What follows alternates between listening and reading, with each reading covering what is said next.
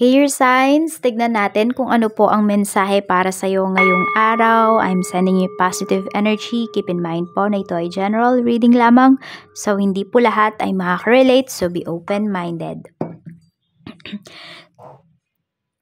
Sa mga hindi pa po nakasubscribe dito sa ating channel, please subscribe na po kayo and palike na din po ng ating video. At sa mga nais pong mag-avail ng ating private readings, Lucky Stones and Amulet, makikita nyo po yung link sa description box below. Tarot Intentions by Aliana Reyes. Nothing will come of this situation. Pero mapilit yung iba sa inyo, air signs. Pinipilit nyo pa rin talaga yung gusto ninyo kasi pwedeng yes, yung mga tao sa paligid mo, wala silang nakikitang good things dun sa nakikita mo na good thing. 'Di ba? Sa isang bagay, sa isang tao.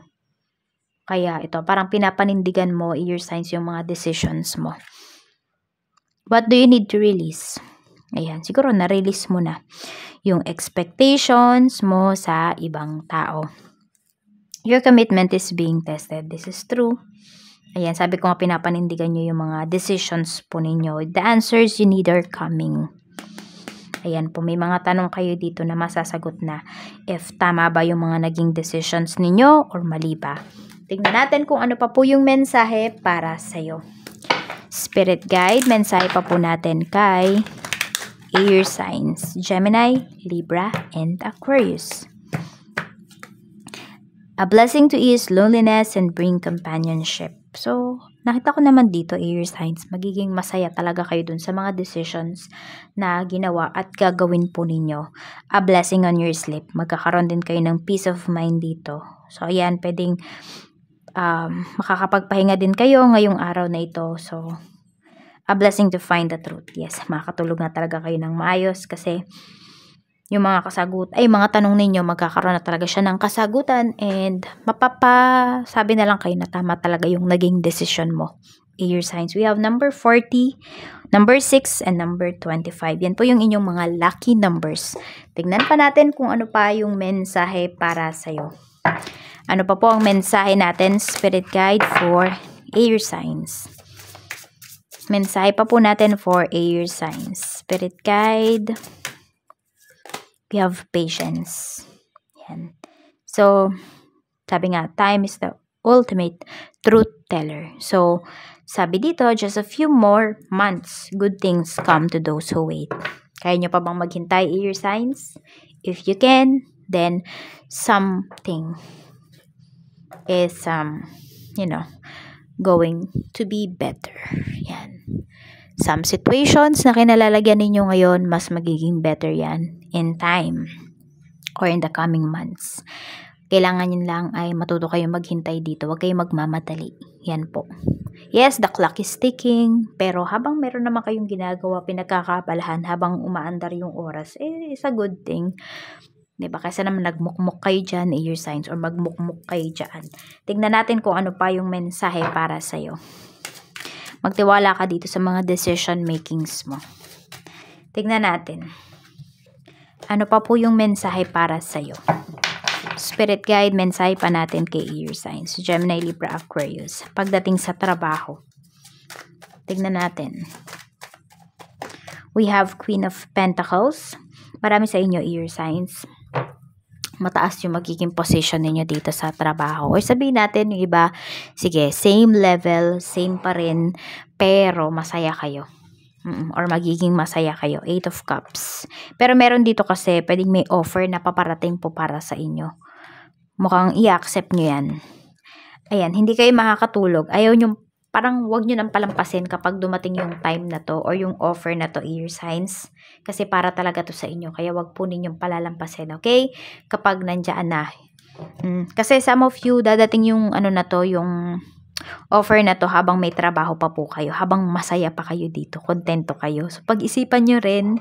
Sabi ko nga, yung decision na gagawin ninyo, kung wala kayong peace of mind, wag nyo nang ituloy. Pero kung meron kayong peace of mind, ayan, kung magstay ka dito sa current job mo, sige, magstay ka. Pero kung wala na, accept mo to. Tignan natin kung ano pa yung mensahe pagdating naman sa, pagdating sa pera. 5 of Swords. Ay, nako. Mag-ingat kayo pagdating sa money, pagdating sa kakatiwalaan ninyo pagdating sa pera. Maging tahimik na lang kayo dito, air signs. Kahit gaano man po kalaki, kahit gaano man po kaliit yung kinikita ninyo or yung perang hawak ninyo.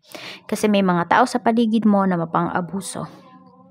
Na tipong kahit sinabi mo na wala na, pipigain ka pa rin nila.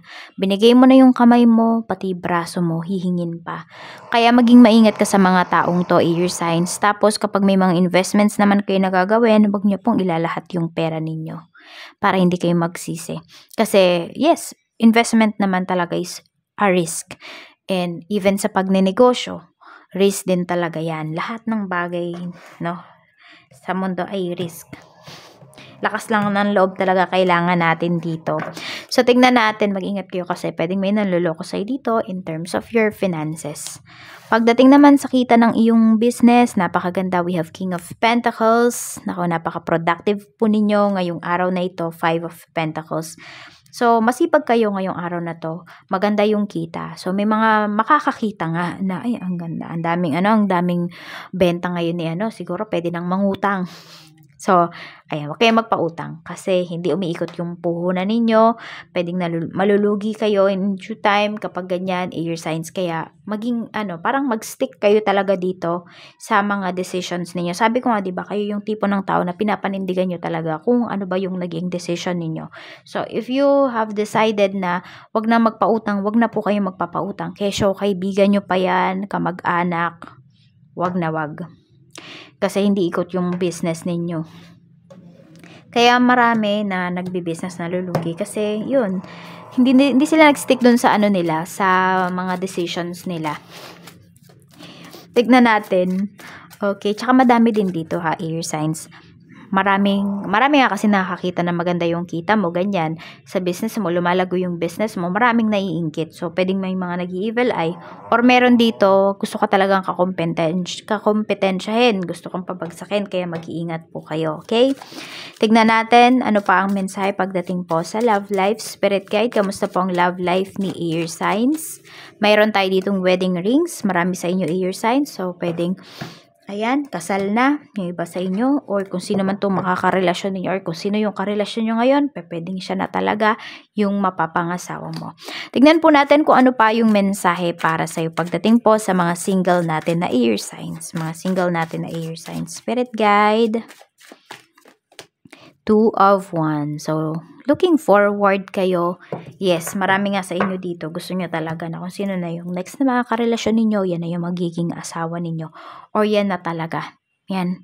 Pwedeng magsisettle down na talaga kayo. For some of you naman, kasi yung wedding rings natin, pwedeng kontrata din kasi yan. So, kung wala naman kayo talagang love life, kasi nga mga single to, pwede po na, ayan meron kayong 2 choices kasi dito. May pag-travel din po na pinapakita dito. So, pwedeng through travel or, yan, kunwari, umalis ka, dun mo makilala. Kung saan ka man mapadpad na lugar, air signs, dun mo makilala talaga yung mapapangasawa mo. Sa mga in a relationship, we have the hermit. Wala nang ibang nakikita yung person mo. Wala ka na ding ibang nakikita kung hindi siya. So, kulang na lang siguro kayo sa pag-uusap. Kulang na lang yung iba sa inyo sa plano or sa pera. Kaya hindi pa nangyayari ito. Ayan. So, may perfect time naman para sa lahat. Pagdating naman sa mga mag-asawa, we have naman the death card. Okay? So, parang ito ay bagong simula. Ito naman. So, pwedeng ito vacation, pinaplano ng mga mag-asawa. Ayan po. Meron din dito, pwedeng kakagaling nyo lang sa pag-aaway, matinding away ito. Pero, may reconciliation dito. Ayan po, yung pinapakita. So, kung meron ka nakikitang pagbabago pagdating sa asawa mo, ayan, kasi may magta-take risk pa dito eh.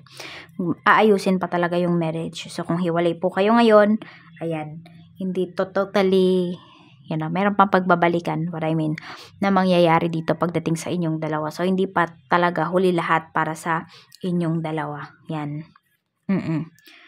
Kaya, mas magiging maamo nga ngayon yung person mo, yung asawa mo. Ayan yung mangyayari. Mas magiging mabait siya. So, mag-e-effort talaga siya. Ayan kasi magte-take risk siya dito eh. Ayaw ka din naman talaga niyang mawala. So, kung meron man kayong mga hindi pagkakaunawaan, pag-usapan po ninyo. Huwag niyong hayaan na matutulog kayo na magkagalit kayo. Okay? So, yan lang po. Maraming salamat. Mag-ingat po kayo always. More blessings to come and enjoy the rest of your day. Bye-bye!